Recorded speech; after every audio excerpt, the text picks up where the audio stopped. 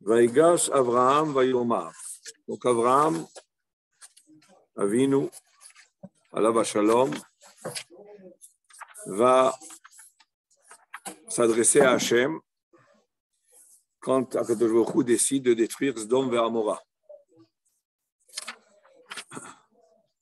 Et Akadosh Baruch Hu devait dévoiler à Avraham Avinu qu'il allait détruire Sdom et Amora, puisque Avraham est choisi par Hachem.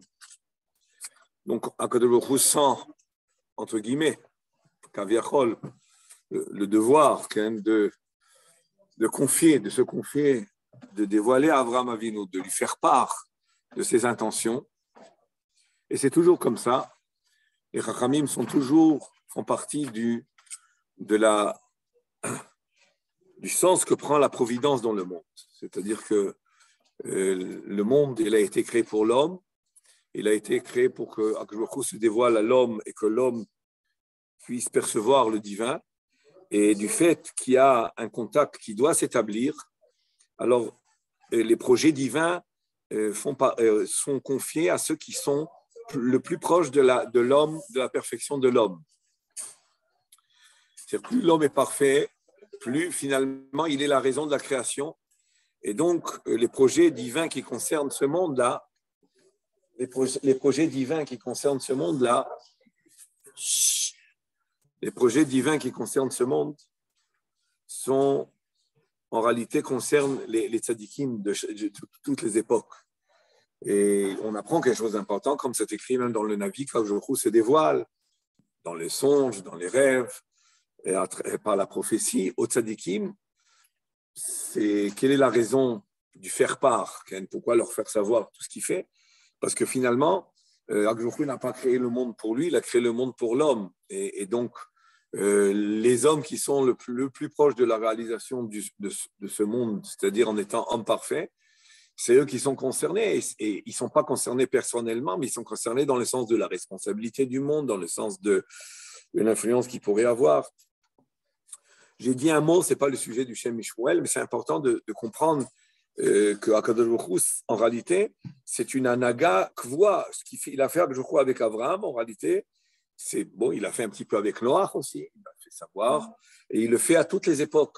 Il y a des révélations chez les tzadikim des desseins divins. Mais là, Avraham Avinu, quand il reçoit, quand il comprend ce qui va se passer, alors là, il intervient. Son intervention, elle est par le mot Vaïgash, comme on sait que le Rashi sur place nous ramène 3 explications sur le mot Vaïgash, qui ont le sens de prière, tout simplement, de demander miséricorde, de demander que la bonté divine s'émane, ou alors, dans le sens de Vaïgash, c'est dur et avec j'aurais dit, détermination. Hein? Comme Vaïgash Yehuda, et comme on le voit dans les propos d'Avraham Avinu, dans sa tefila, qui sont des propos un peu virulents. Je ne sais pas si c'est le mot, ça, c'est peut-être pas le mot, mais qui sont fermes, peut-être. Des mots un peu fermes. Déterminés. Oui, déterminés. Comme j'ai déjà employé, je voulais changer, mais bon. Et donc, Avraham Avinu, insistance, non, c'est plus qu'insistance. Non, c'est pas sans insistance. Ashofet kol haaretz lo yaseh mishpat, c'est oser. C'est même oser. C'est même oser. Bien que il attend que ça. Il attend. Et il attend que Moshe Rabbeinu il attend que les tzadikim s'impliquent, comme on le voit chez Moshe Rabbeinu avec le Chet HaEgel. Il attend que les tzadikim s'impliquent.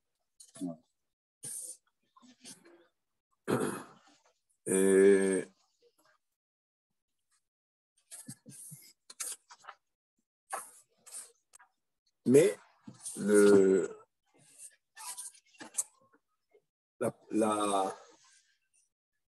l'expression osée de la tfila, de l'intervention de Avraham Avinu, elle va surprendre, c'est toute l'intervention d'Avraham Avinu qui va gêner un petit peu le Shem Mishmuel dans une question simple. question presque banale qui pose et qu'on devrait se poser. Alors, il nous dit, Be'inyan tfilat Avraham Avinu ala Sedomim. En ce qui concerne la tfilat d'Avraham Avinu, en faveur, pour sauver les Sedomim, Yesh Lavin, Halo Asdomim, Lo Ayu Ra'im Be'atzmam. Les Sedomim, ce n'est pas seulement des Réchaïm pour eux-mêmes, avec eux-mêmes. Et la Mazikim, Amash Kala Olam, c'est des gens qui sont Mazikim, c'est des Mazikim dans le monde,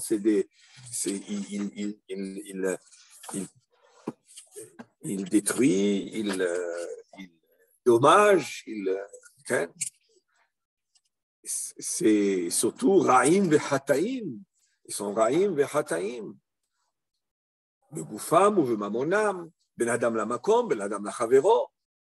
Donc c'est bien beau de vouloir prier pour les sauver, mais on ne peut pas laisser dans le monde circuler ou exister ceux qui vont nuire au monde. Ils nuisent au monde. Ils vont nuire au monde. Et donc, Avraham Avinu, c'est bien beau le chesed, mais c'est bien beau là, on demande, c'est très humaniste, mais on ne peut pas être humaniste avec ceux qui nuisent, avec ceux qui détruisent, avec ceux qui dommagent, ceux qui... Qu'est-ce qu'ils ont fait de mal? Hein? Aux autres. Qu'est-ce qu'ils ont fait de mal au monde? Bah, entre eux. Entre eux? Bah oui. Mais pas au monde alors. Mais c'est ça le monde. L'idéologie. C'est quoi la différence entre l'Atzmam et... L'Atzmam, c'est quelqu'un qui fait Avodazara, qui fait Gilou Yarayot, mais quand on vole, enfin quand on vole pas, quand on interdit idéologiquement d'aider, de s'entraider. Donc c'est Ben Adam la Favero, Ben Adam la Makom. Oui, c'est la question. Peut-être qu'il y a même dans le domaine de Ben Adam la Makom certaines peut-être influences négatives. Bon, le Ben Adam la Chavero, on ne peut pas le détacher du Ben Adam la Makom non plus. Elle est devenue Madame Lot, elle est devenue en sel parce qu'elle voulait pas elle a reproché à son mari de mettre du sel devant les anges qui voulaient faire à Motzi. Ils veulent la moitié. Et elle lui a dit à son mari, Korachi Rabel, c'est Rachi qui est connu, elle a dit à son mari, ces coutumes-là, tu les continues ici. C'est-à-dire que tu viens de Abraham, tu as des habitudes là, arrête avec tes habitudes ici, tu te trouves à Sdom, on est civilisé ici, on est éclairé. Et la charte ici, ou l'idéologie, est quoi? L'institution. C'est l'institution. L'institution, mais c'était idéologique. Ce n'est pas une institution qui a une logique. La logique, c'est chacun doit se supporter lui-même, chacun doit être responsable de lui. Ça veut dire quoi de dépendre de l'autre? Ça veut dire quoi qu'il faut donner à l'autre? Chacun doit se suffire à lui-même et se responsabiliser. C'est une théorie qui pourrait se tenir à la rigueur, mais c'est l'inverse de Avraham Avinu. Et Akadosh Baruch Hu, comme nous dit le Zohar Akadosh, il a créé Bekavana, des gens nécessiteux dans le domaine économique et dans le domaine de survivre, dans le domaine de la sagesse, dans le domaine de la puissance. Il y a des gens déficients, il y a des gens qui sont puissants, qui sont riches, qui sont chachamim. Je crois qu'il a créé un monde pour la complémentarité. C'est notre idéologie à nous. L'idéologie est surtout pour donner aux riches le srout, et donner aux chacham le srout, et donner aux puissants le srout de donner. Ce n'est pas pour donner au srout aux pauvres de recevoir, comme les chachamim nous l'ont dit. Et ça, mais on pourrait, si la logique, si on se laissait aller à notre logique, une logique cartésienne, on pourrait comprendre que chacun doit se soucier de lui et se débrouiller. Il y en a qui pensent un petit peu comme ça. Quand des gens qui viennent ramasser, enfin qui sont nécessiteux, qui demandent de l'argent, on entend souvent des gens qui disent il n'a qu'à sortir travailler, il n'a que truc, et puis il y a le butoir Clomi, il y a la sécurité sociale. C'est déjà beaucoup. Bon, on peut dire que le butoir Cléomi, c'est du chesed aussi. C'est du chesed. Au moins l'argent qu'on paie dans les impôts, il y a une partie chesed. Non, il y a beaucoup de chesed. La construction aussi, ça fait partie de la mitzvah. Mais il y a des petits points embêtants. Chez lui, chez l'archelard de la Mishnah. Et la Mishnah, évidemment, dans Pirkei Avot, nous rappelle Yaakov Cohen, la Mishnah dans Pirkei Avot, qui définit en réalité cette idéologie, Sheli, Sheli, Shelcha, Shelcha.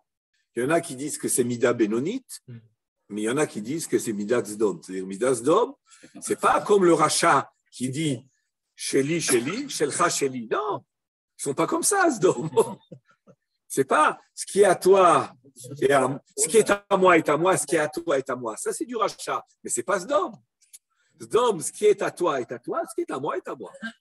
C'est du Zdom, et ça pourrait nous paraître Benoni comme le premier avis de la Mishnah. C'est Benoni, ça va, c'est correct. Eh ben, c'est pas correct. C'est exactement l'inverse.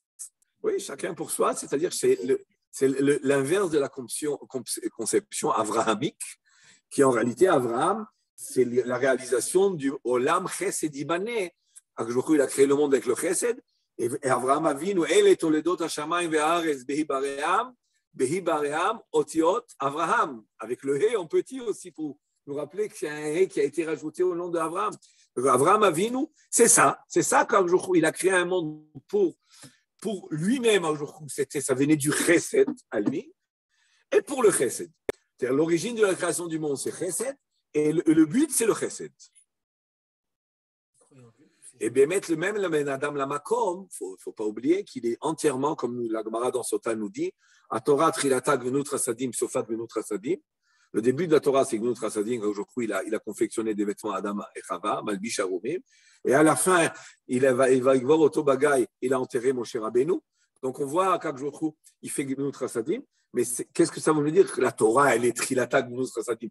Mais dans la Torah, il y a beaucoup de mitzvot de Ben Adam Lamakom. Il y en a beaucoup.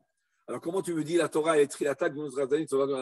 La réponse est que même pour Ben Adam Lamakom, si un homme il n'a pas la capacité et les dispositions à donner, il ne peut pas se lever pour aller prier. Il faut savoir qu'aller même se lever pour aller prier ou s'asseoir étudier la Torah d'Hachem, ça aussi, ça vient d'un Koach Netina. Sinon, on ne pourrait pas le faire. Le type que laisse-moi faire ma grasse matinée et qu'on m'emmène mon petit déjeuner au lit. Se lever pour aller faire la tefila, ça fait partie quand même d'un chesed, d'une soumission. La soumission, il y a un côté netina. Il y a un côté netina. Donc ces gens, ils étaient au Béar d'Azara ou ils étaient laïcs, enfin laïcs, un croyant, je veux dire, ou ils étaient trompés. En général, tout le monde était au Vodazara à l'époque, mais on n'entend pas trop parler de ce problème-là. Oui, même là au Vodazara, croyant. Est-ce que ça veut dire que quand l'autre il vient et dit à ses gendres, ses futurs gendres, et le passouk marque qu'il pensait qu'il rigolait, qu'il blaguait, et la réponse c'est que comment peux-tu dire que Dieu va détruire le Sdom alors que Dieu il fait que du bien? Ça, c'est. Vous voyez ce que je veux dire? Oui. Donc, oui, bien sûr. Même Paro, il croyait. Même Paro, il croyait en Hachem. À la rigueur, même Amalek, ce qui le dérange, c'est le fait qu'Akjorous se mêle, entre guillemets, et qui se dévoile et qui s'émane dans ce monde. Mais le reste, il y a une force suprême. C'était quelque chose qui était admis pratiquement par tout le monde. Vaïgash Avraham, Beinyan Filat Avraham, je reprends la question. Beinyan Filat Avraham à la Sedomim, Yesh Lavin, alors la Sedomim, lo ayu ra'im la'atzmam, levad. Et la Mazikim, mamash lekol ha'olam. Varei atzalat Sedomim, inezek la'olam. Les sauver, les épargner du fléau et du décret divin, c'est en réalité faire un nezek avec le monde. Rachamé Rechaim, Arzari, un homme qui a de la miséricorde sur des Rechaim et surtout des Rechaim qui entraînent un Nézek, c'est pas de la pitié, c'est pas de la miséricorde, c'est de la Arzariout. Abraham, il voulait sauver que les justes de la ville ou toute la ville? Il aurait voulu sauver toute la ville grâce aux justes. Et c'est vrai que dans la Tfila, c'est un petit peu ambigu. C'est une question intéressante dans le Pshat. Dans le Pshat, c'est une question intéressante, ce que tu poses. On voit les choses un petit peu, c'est ambigu. On a l'impression qu'il veut sauver toute la ville grâce aux tzadikim. Après ça, on voit que non, que finalement, au moins eux. Et il faudrait étudier ce point-là en lui-même. Vimken, הייתכן שיבקש אברהם רחמים על הסדומים במקום הזה כל העולם? Quand il y a un ézé כל העולם, il va demander, הרחמים והרחמנות על הסדומים היא אכזריות על כל העולם. C'est une אכזריות על כל העולם. Alors, כמו שכתב הרמב"ן, כי ביור אדם ענקי מצווה וטובה גדולה לך להציל ממוות נפשך, כי הרחמנות על הרוצחים שפיכות דמים מידי הרוצחים ומידי האחרים המתפרצים. Ça veut dire que ne pas régler les comptes avec, régler les comptes, faire la justice avec, ne pas faire la justice avec un rotzeach, avec un meurtrier, ne pas faire la justice avec un meurtrier, et c'est le dam naki. Aujourd'hui, il veut que chez les va'er dam naki. Pourquoi il faut les va'er dam naki? C'est pour cela que si on ne sait pas qui a tué, il faut entre-temps faire égla roufa. Il ne faut pas laisser un état de dam naki, un sang d'un juif qui a coulé et sur lequel on n'a pas fait justice. Et tout ça pourquoi? Parce que si on a un moment, on est indulgent, on reste avec une certaine indulgence, eh bien en réalité, on entraîne, chas v'shalom,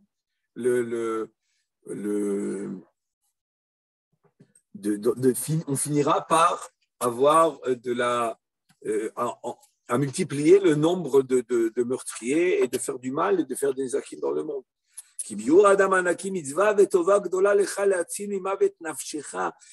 C'est fait pour toi, pour que ça te fasse un effet fort. Tu vois qu'est-ce qui s'est passé, qu'est-ce qu'on a fait au Rotseach? On a été jusqu'au bout pour faire le din et le mishpat, afin que toi, tu ne te laisses pas, tu ne laisses aucun point d'indulgence, chose qui va permettre que dans le monde, on va éliminer les rotzrim. C'est un exemple. On essaie de prendre maintenant ce cas-là comme exemple pour bien éduquer le peuple, quoi, pour en sortir quelque chose qui, enfin, c'est pas de la justice dans ce cas-là. Oui, c'est pas de la justice, c'est plutôt de prendre ce cas comme un cas d'exemple, Le Ramban il veut expliquer. Non. Le Ramban il dit bon, celui qui a tué Chayav Mita, Beseder. Mais on voit que la Torah elle insiste ou bi'arta. D'accord, il va être condamné à mort. Celui qui a tué, il doit être condamné à mort. Le meurtrier, il est condamné. Mais pourquoi la Torah insiste au bi'arta damanaki? Tu dois tout faire pour que ne rien laisser au peuple, une quelconque indulgence et souplesse sur le meurtre, tout ça dans le but d'éduquer. La peine de mort, elle n'est pas dans le but d'éduquer unique, elle est essentiellement pour tout ce qu'on veut. C'est pour faire la justice et c'est aussi pour celui qui a tué aussi, pour lui faire son tikkun aussi. Et tout ce qu'on veut, mais il y a un but éducatif dans la réalisation. La Torah, elle insiste beaucoup sur le fait que le peuple doit avoir le choc, le choc et l'émotion de ce qui s'est passé là. Alors, quelle est la réponse? Pourquoi Avraham Avinu prie pour des Rechaïm qui sont mazikim? La question, elle est simple. On se la poserait. Avraham Avinu, chesed, mais pas chesed avec des Rechaïm qui sont mazikim. Véniré chez Avraham Chachav le Karvam Bézé, Avraham Avinu dans sa tefila, par le biais de sa tefila. Chachav le Karvan Bézé, les man yashuvu midarkam hara'a. Avec sa tefila, il voulait justement les réveiller à la tchouva. Comment? S'il va réveiller la miséricorde du ciel sur eux, qu'est-ce qu'il a voulu faire Avraham Avinu? Il voulait qu'Akadosh Baruch Hu éveiller chez lui une rachmanout sur le peuple. Az kamaim panim el panim. On sait que le reflet du visage de l'homme dans l'eau, il se voit lui-même. C'est le miroir. Il se voit lui-même. Ainsi, si Akadosh Baruch Hu, son visage est tourné vers nous, où il est tourné vers les Sédomim, Anshe Sdom. Il est tourné vers les Anshe Sdom. Si le visage d'Akadosh Baruch Hu est miséricordieux vers eux, eh bien, eux aussi leurs visages vont se trouver. Est-ce que je me vois, si je vois le visage d'Hachem, alors moi, je vais être moi aussi transformé avec un visage de Rahamim. Quand un homme regarde son prochain avec sourire, avec des yeux doux, okay, eh ben, il y a une influence sur le visage du prochain d'avoir aussi les yeux doux et le sourire. Si Akadosh Baruch Hu, c'est-à-dire que le visage, entre guillemets, Kaviachol d'Hashem Yitbarach, le visage Kaviachol d'Hashem Yitbarach, okay, ce que je vois, eh ben, c'est ce que moi je vais être. Okay. C'est moi ce que je vais être. Et c'est ça que Abraham Avinu voulait obtenir. C'est qu'Akadosh Baruch Hu les regarde avec un visage miséricordieux. Et ainsi, entraîner à ce qu'eux se transforment. Entraîner leur transformation. Les man yashum ki beitorer alehem rachamim min hashamayim kamayim panim el panim itoreru gam bekirbam regej rachamim ala hashukim velashum midakam hara'a. Eux-mêmes aussi vont se réveiller à se transformer de la arzariout à la rachmanout et de faire tchouva de leur darkamara, de leur mauvaise voie, du mauvais chemin. Mais zoï midatov shel Avraham me'olam lekarev rechokim bezeh haderech. C'est ce qu'il faisait Avraham Avinu. Avraham Avinu, toujours, il recevait les orchim qui étaient rechokim. L'approche d'Avraham Avinu, c'est moi, je vais être bon, ou je vais demander la bonté divine, je vais attirer la bonté divine sur les Rechaïm, et en attirant la bonté divine vers eux, je les transforme, je réveille chez eux la Teshuvah. Ben, c'est ce qu'on... la prière d'Abraham. Non, mais c'est pas être au courant, c'est que le fait que Avraham Avinu réveille la miséricorde divine, Akadosh Baruch Hu va les regarder en chaise d'homme avec Rachamim, et de eux, sans le savoir, sans être conscients, ils vont changer, puisque la phase divine qui est tournée vers eux est une phase bonne, donc eux aussi deviendront bons. C'est intéressant. La transitivité. Mais non, parce qu'on peut, c'est une tarana vis-à-vis d'Hachem. On dit, mais c'est pas de ma faute, c'est toi qui me regardes d'un mauvais œil. C'est ça. On continue ici parce que je n'ai que 25 minutes devant. 25 minutes, il nous reste. Vezoi midato shel Avraham me'olam lekarev rechokim bezeh haderech. שבמה שהשפיע עליהם חסדים על ידי זה עצמו יהיו נמשכים אליהם אחר מקור המשפיע עליהם טובות. Le principe est, je te fais du bien, mais je te rends bien. C'est vrai que, en général, notre raisonnement, il est inverse en général. Tu fais du bien, il profite. Il va continuer à profiter. Le raisonnement de beaucoup de personnes est très souvent il va profiter de toi, plus tu vas l'habituer à recevoir, etc. Eh bien, Avraham Avinu, il raisonnait un peu différemment. Avraham Avinu, il raisonnait un peu différemment. Et on continue. Il faut apprendre qu'il y a un autre raisonnement. C'est plus pédagogique. C'est même, j'aurais dit, Rouhani, il y a dans l'écouté Moharan de Rabbi Nachman qui dit que aussi, je ne le vois pas, il n'est pas là, on a un ami adepte. Alors, et Rabbi Nachman dit que quand je m'efforce de trouver des nekudot zchut, de penser à des nekudot zchut de quelqu'un. Pour moi, il est horrible, cette personne. Même en photo, même en peinture, c'est horrible. Et je m'efforce à trouver des nekudot tovot. Je sais, c'est pour ça que je le dis. Je m'efforce de trouver des nekudot tovot. En trouvant des nekudot tovot, j'entraîne, sans que je lui ai dit, hein. Oui, je sais. C'est une connexion, comment tu l'as appelé cette connexion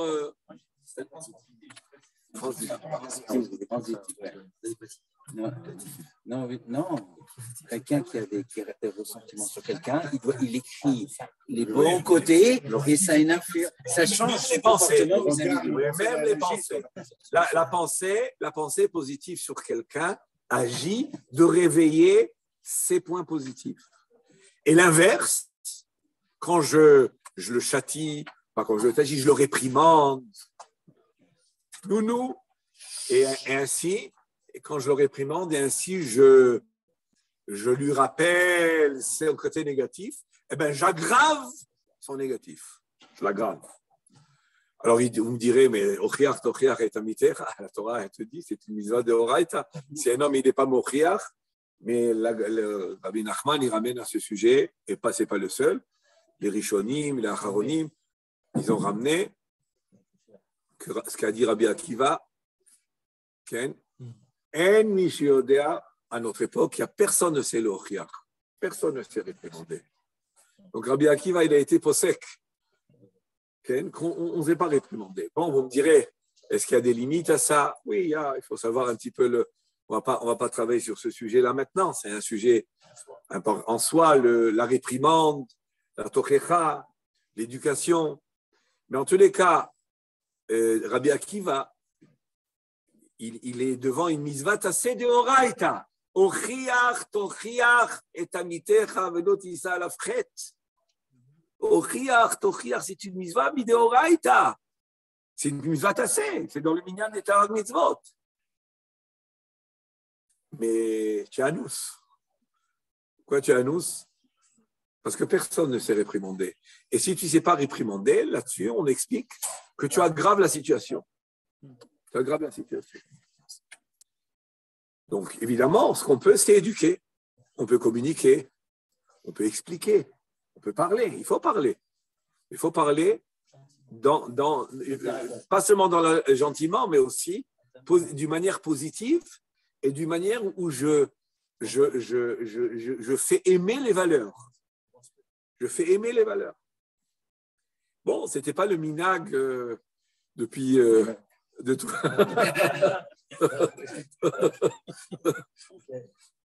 Heureusement que c'est toi qui l'as dit. Je me permets. Ouais, c'était tout le monde. C'était tout le monde. Oui. Même en Europe, c'était comme ça. Oui. Même en Europe, c'était comme ça. Bon, je vais quand même.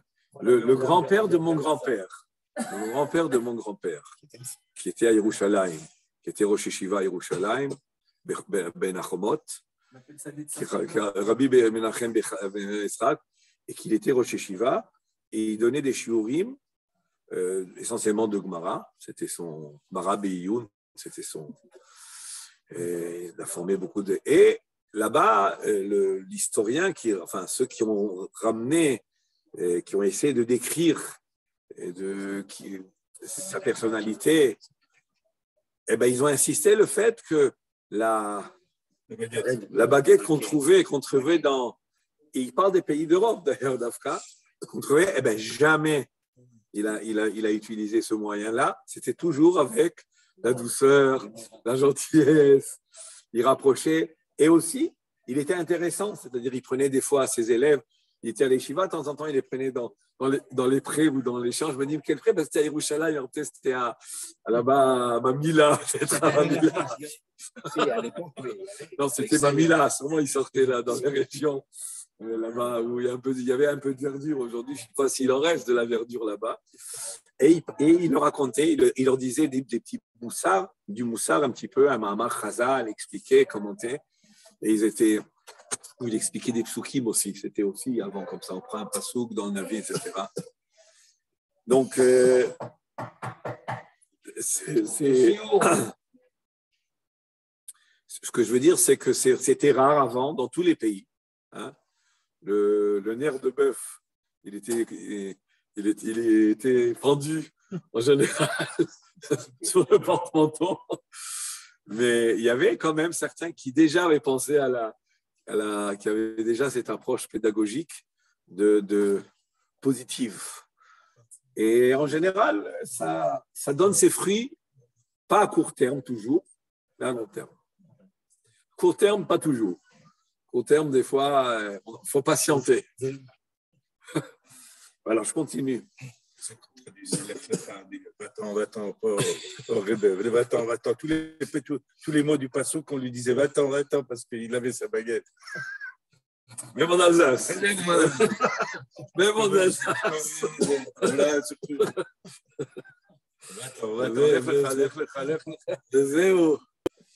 Alors, en tous les cas, le nerf de bœuf, il a été aboli. Mais il faut continuer à s'efforcer. Ce n'est pas évident, ce n'est pas du tout évident. Mais à s'efforcer dans le sens d'une éducation où il y a de l'amour, on rapproche, on donne goût, on donne... et surtout, on met l'accent sur les valeurs et pas sur le côté menace. Hein, menace qui repousse tout le monde. וזהו שהשתבח אברהם במידת חסד, שבכל מידתו הייתה כוונתו צורך גבוה לקרב על ידי זה רחוקים. Tout ce qui faisait Abraham Avinu, c'était chesed. Et dans le chesed d'Abraham Avinu, il y a évidemment les karev, les chokim, et un nefesh asher asu beharan. C'est-à-dire, le chesed, ce n'est pas comme on pourrait croire uniquement, comme ce qui faisait Abraham, ce qu'on dit sur Aaron HaKohen. Il y a Oev Shalom, Rodef Shalom, ou Mekarev, ou Oev et Abriot, ou Mekarvan la Torah.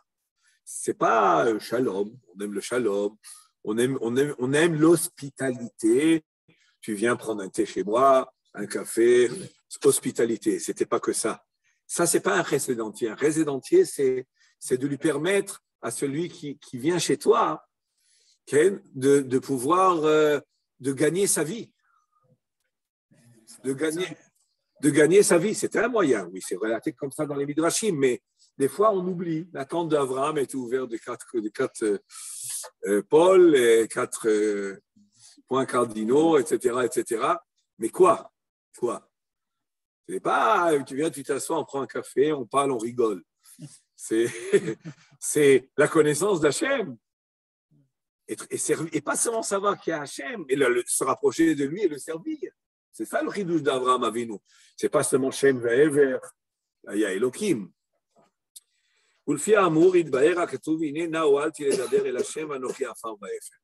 Ainsi, on va comprendre pourquoi Abraham Avinu, quand il s'adresse à Hachem, il lui dit à un certain moment, il dit, j'insiste, je sais que je suis poussière, je sais que je suis cendre, mais je me permets d'insister. A priori, il y a que tu sais, je suis poussière, je suis cendre. On ne comprend pas en réalité pourquoi il dit ça. Qu'il est par rapport à la grandeur divine et l'infini divin, être poussière ou être ce que tu veux, ce n'est pas par rapport à Hashem Yitbarach une marque de modestie, d'humilité. Il a besoin de dire Afar Vaefer en réalité. Aujourd'hui, il est rien ne vaut devant Akadosh Baruch Hu, rien n'est grand devant lui. À quoi ça ressemble? Un homme qui est très riche, des milliers d'or, on ne peut pas dire qu'il y a une différence entre une personne qui a dinar, les ish et les méa dinars par rapport à celui qui a des milliers d'or. C'est rien de toute façon. Alors que je sois en chair et en os, que je sois en poussière, que je sois même un ange, il ne vaut rien devant Hachem. Alors pourquoi tu dis Afar Vaefer? Qu'est-ce que tu as dit à Hachem en lui disant Afar Vaefer? Bon, je pourrais expliquer que ce n'est pas pour convaincre Hachem qu'il avait besoin de dire Afar Vaefer, c'était par rapport à lui. Je dis, je suis Afar Vaefer pour bien ressentir, je suis rien. Et moi, par rapport à moi, qui est vivant, qui a une âme, de dire Afar Vaefer, ça a un effet sur moi. Ce n'est pas que Abraham Avinu pensait ça allait épater Hachem. Je dis Afar Vaefer. Tu as vu comment je m'incline devant toi? Tu as vu comment je suis Emmanuel devant toi? Mais c'est certain que les FRVF, ce n'est pas pour ça. Mais quand même, on peut se poser la question de Shem et Shmuel. Pourquoi faire? Un jour où il sait qui tu es, tu sais qui tu es en face d'Hachem. Ken, les raglés, Robemut Hachem Itbarach, En Robemut Amalach, Tofes et Makom Neget Shiflut Afar Vaefer. Kishneem, En Laem Etziut Shel Klum. Ni le Malach, ni Afar Vaefer, les deux n'ont aucune valeur devant Hachem. Mais quand il reste chez Gam, les Rashi a caché. Même Rashi, pourquoi il te dit, Rashi n'avait pas donné explication de Pshat. Il dit Afar, j'aurais pu être Afar si j'aurais été tué dans la guerre des 4 contre les 5 Melachim, la guerre la préhistorique, mondiale préhistorique, et il aurait pu être cendre avec Nimrod qu'il a jeté dans la fournaise. Alors, Rashi ramène cette explication. Il a dit, tu sais, je suis quelque chose, mais j'aurais pu être rien si c'était pas quoi? C'était pas ton chesed. Mais mon Rashi, il aurait pu expliquer le pshat d'abord, de dire, je suis rien devant toi, Hachem. C'est pour ça qu'il a dit Afar Vaefer. Rashi n'a pas donné de pshat. Il est tout de suite passé au drash qui dit quoi?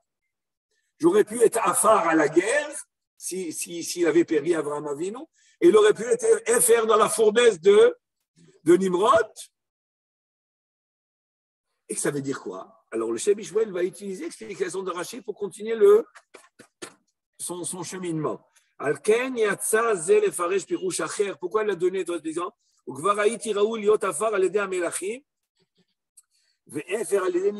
J'aurais pu être Afar Vaefer. Oui. Si ce n'était pas ta miséricorde, si ce n'était pas ton chesed. Et là est le point qui nous concerne. Qu'est-ce qu'il vient de dire Abraham Avinu Afar Vaefer? J'aurais pu être Afar Vaefer et tu as eu la rachmanout pour moi. Tu m'as fait un chesed de me sauver, d'arriver à vaincre ces grands rois-là. C'est des empires, c'était des empires. Et j'ai sauvé Lot. Et dans la fournaise, j'ai été jeté, comme on a dit, je ne sais pas si on l'a dit la semaine dernière, mais Avraham Avinu, il n'aurait jamais pensé qu'on aurait fait un est. Il n'y a jamais eu de nissim. Il n'y avait jamais eu de nissim qui était tout à fait miraculeux, c'est-à-dire au-delà de la nature. Donc ça, c'est un chesed Elion que tu m'as fait à Kadosh Baruch Hu. Ou mikol makom, avehainu sheba betana shekam midotecha. Qu'est-ce qu'il veut dire à Kadosh Baruch Hu? À Kadosh Baruch Hu, Ribono shel olam. Toi, tu es un Baal chesed. La preuve, c'est que je suis encore vivant. J'aurais pu être Afar Vaefer. Donc si tu as tellement cette mida de chesed là, je fais appel à cette mida de chesed. Je fais appel que tu utilises un mida de chesed envers un chesdom, envers Sdom, mais dans quel but? Pas le but d'avoir pitié d'eux seulement, dans le but que ton comportement, entre guillemets, ta manière d'agir vis-à-vis d'eux, va avoir de l'influence sur leur midot, sur leur comportement, sur leur personnalité. Mais il nous dit, le Shem Ishmael, on ne comprend pas encore suffisamment. Pourquoi? Parce qu'il est écrit Dirti verichamti et asher arachem. Le mish raoui le rachem arjochou. Il a de la miséricorde que sur celui qui verichamti et asher arachem. Verichamti asher arachem. Verachanoti et asher achon. Verichamti et asher arachem. Le mish raoui le rachem. V'imu aya raoui le rachem alav. Yachshov et hareshaim. והמתועבים הללו נמיר רואים לרחם עליהם.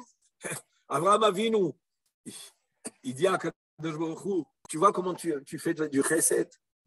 Tu m'as sauvé. D'accord? Mais je t'ai sauvé parce que Kadosh Baruch Hu, il est merachem sur celui qui lui revient, la Rahmanout. Mais tu ne peux pas, Abraham Avinu, avec toute la modestie que tu as, de te comparer au Anches d'homme et de dire que tu dois les rachem sur eux aussi. Eux, ils n'ont pas ce mérite d'être épargnés. Atmeha. Atmeha, ça veut dire étonnant.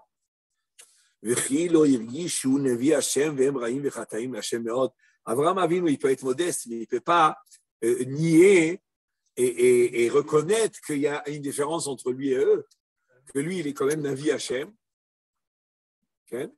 et que eux, c'est des Chataim, des Raïm Chataim Hashem.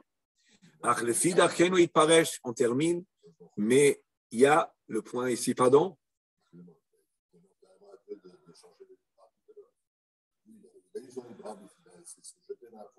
Sans savoir le résultat, c'est le premier match de l'histoire.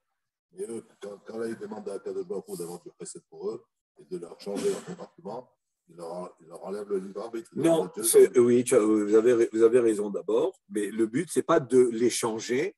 Et là, c'est de faire qu'il fait traverser en eux des rayons, hein, des rayons de recettes qui va les emmener à faire tchouva. Et ils restent dans le libre arbitre. Et ça, c'est quelque chose qui est courant.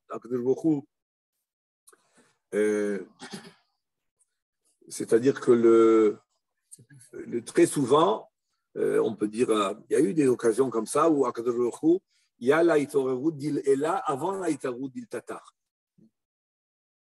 C'est-à-dire que Baruch Hu, il fait lui, il réveille, mais il ne va pas te transformer. Il te réveille et maintenant, tu as les moyens à bord pour choisir. En tous les cas, Baruch Hu, il a amélioré, si tu veux, quand on est quelqu'un, ceux qui sont enfoncés dans la faute, ils perdent le libre arbitre finalement. Ils le perdent. Et justement, c'est pour rééquilibrer le libre arbitre. C'est ça qu'il demande à Abraham Avinu.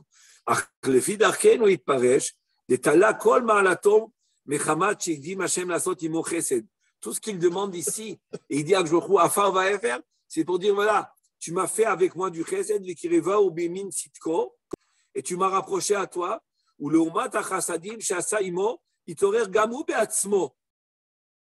C'est toi, tu m'as aidé à me réveiller à Jochou. Tu as mis en moi des étincelles qui ont permis à moi de me réveiller, et après ça, j'ai fait mon choix. Ou bishvil ze zacha lema shezacha. C'est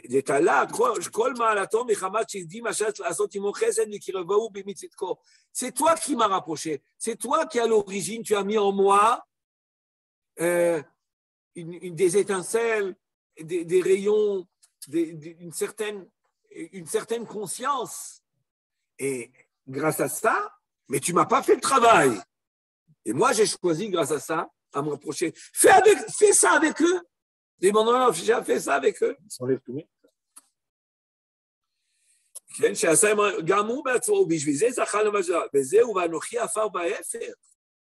C'est quoi Anochi Afar Ba'efer?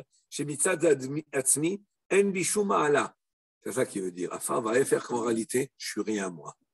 Et si je suis devenu Navi, c'est parce qu'à l'origine, tu avais mis en moi un certain réveil.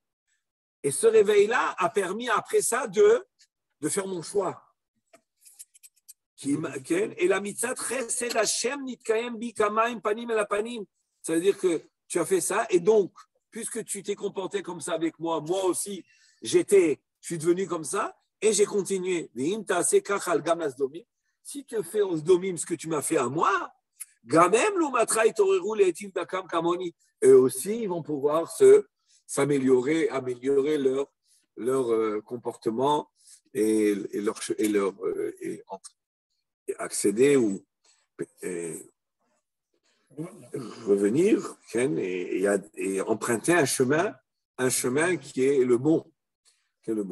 Donc, il faudrait, si on devait continuer le Shem Ishmael, c'est un petit peu comprendre Et finalement, Jochou n'a pas accepté la tefila.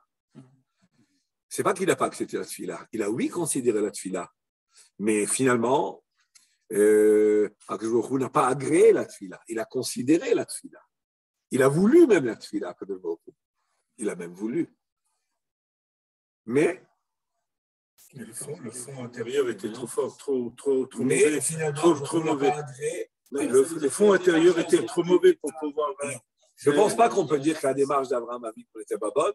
Non, mais il a contourné le problème. Essayant d'apporter la famille d'Hachem sur les deux. Oui, mais c'est quoi apporter la famille d'Hachem? C'est envoyer, c'est faire avec eux du chesed qui va les réveiller au chesed. C'est un peu, en réalité, le Shem Ishmael, il le dit aussi, les 40 du premier jour du Maboul, qui sont descendus des pluies, comme il dit Rashi, des pluies de bracha. Okay? Et après ça, il les a transformés en Maboul. Pourquoi les premières pluies? C'était aussi pourquoi je fais quelque chose de positif vis-à-vis de vous, peut-être ça va vous réveiller à la tchouva. Donc il semblerait qu'on ne peut pas réveiller tout le monde à la tchouva. Des fois, il y a un fond mauvais, comme il dit Naphtali. Malgré, il faut savoir que le Zohar HaKadosh dit que Avraham Avinu, le Zohar compare Moshe, Avraham et Noach. Il dit Noach, il n'a pas prié sur sa génération. Avraham, il a prié, mais il n'a pas eu la Messirut Nefesh dans sa tefila, comme Moshe Rabbeinu, quand il a dit à Jochou, tu sais, tu veux pas? Eh bien, efface-moi de ce, je ne sais plus. Mais